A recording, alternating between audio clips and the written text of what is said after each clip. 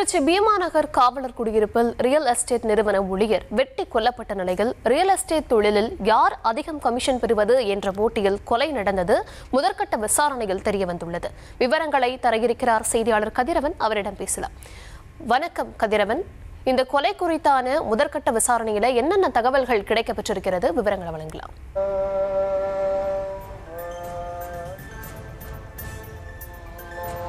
வணக்கம் தர்ஷினி. திருச்சி பீமாநகர் கீழ தெருவை சேர்ந்தவர் தாமரை செல்வன். இவர் ஸ்ரீராம் பகுதியில் ஒரு தனியார் நிறுவனத்தில் வேலை பார்த்து வருகிறார். மேலும் திருச்சி அரசு தலைமை மருத்துவமனை அருகே ரியல் எஸ்டேட் தொழில் செய்து வருகிறார். அதில் பணிபுரிந்து வரும் அவர் அவருடன் சதீஷ், அதாவது திருவண்ணாமலை சதீஷ் என்பவர் பணிபுரிந்து வந்துள்ளார்.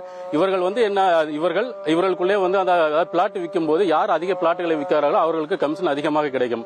ஆனால் இவர்களுக்கு அதிகமான கமிஷன் யார் கிடைக்கும் என்பது இவர்களுக்கு போட்டி இருந்தது. இந்த நிலையில் இருவருக்கும் இடையே, அதாவது சதீஷுக்கும் இறந்த கொலை செய்யப்பட்ட தாமரை செல்வனுக்கு இடையே வாய் தகராறு அடிக்கடி ஏற்பட்டுள்ளது. இந்த நிலையில் தான் இந்த பகுதியில் நாம் நிற்கும் பகுதியானது பீமாநகர் பழைய தபால் நிலைய பகுதியில் இந்த பகுதியில் நிற்கிறோம். இந்த பகுதியில் தான் காலை 9 மணி அளவிலே பட்ட பகலிலே கொலை சம்பவம் நடந்துள்ளது.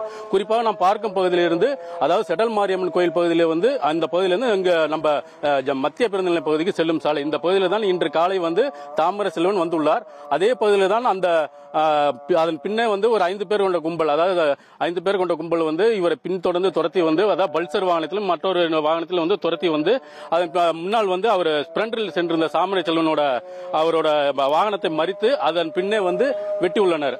வெட்டும் பொழுதே அவர் சுதாரித்துக் கொண்டு கையில் வெட்டுப்பட்ட உடனே அவர் அந்த பகுதியிலிருந்து தப்பி சென்றுள்ளார். தப்பி சென்று காவலர் குடியிருப்பு பார்க்கலாம். அந்த காவலர் குடியிருப்பு அந்த காம்பவுண்டிலே அந்த ரத்த கரையும் இருக்குள்ள இந்த இதிலே தான் அப்படியே அவர் காவலர் குடியிருப்பு உள்ளே செல்கிறார். கிட்டத்தட்ட ஒரு 100 மீட்டர் தூரம் அவர் உயிருக்கு பயந்து காவலர் குடியிருப்பு பகுதியிலே செல்கிறார். அப்போது அந்த பகுதியில் உள்ள காவலர்களும் பல சக காவலர் அந்த ஊழியர்கள் அந்த பகுதியில் உள்ள அவர்களும் அந்த பகுதியில் பார்த்துள்ளனர்.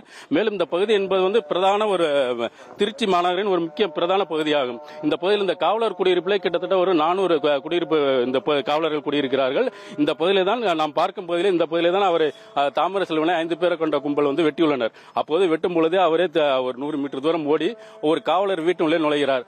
அந்த காவலர், அதாவது அவர் திளைஞர் காவல் நிலையத்தில் பணிபுரியும் ஒரு காவலர் ஆவார். அவர் பொதுவாக எப்போதுமே அவர் அவர் வீடு தாழ்பால் போட்டு தான் இருக்கும். ஆனால் என்று அவரது மகள் குப்பைகளை கொட்டுவதற்காக வெளியே சென்று மீண்டும் வீட்டுக்கு வந்த அவர் தாழ்பால் போடவில்லை.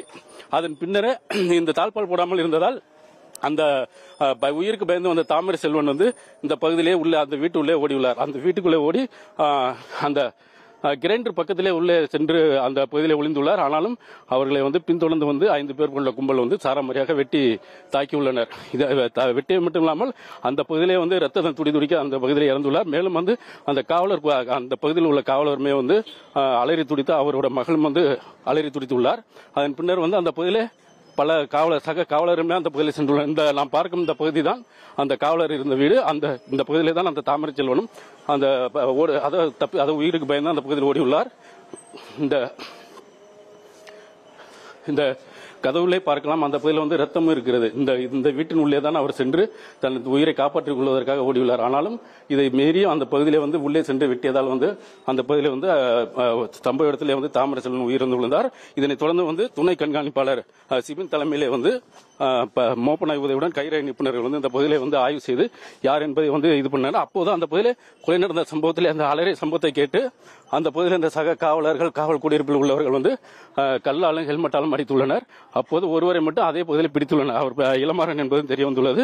இது எதற்காக நடந்தது என்பது குறித்து போலீசார் விசாரணை செய்து வருகின்றனர். குறிப்பாக பார்த்தோம் என்றால் இதில் இந்த கொலையில் ஈடுபட்டவர் சதீஷ், மோகன், பிரபாகர், கணேஷ், இளமாறன் என்பது தெரிய வந்ததை அடுத்து இப்போ போலீசார் அந்த பகுதியில் சிசிடிவி காட்சிகளை வைத்து இப்போ ஒருவரை மட்டும் கைது செய்யப்பட்ட நிலையில் மீதி 4 பேரை தேடி வந்தனர். இவர்கள் எல்லாருமே திருவண்ணாமலை பகுதியை சேர்ந்தவர் என்பது தெரிய வருகிறது.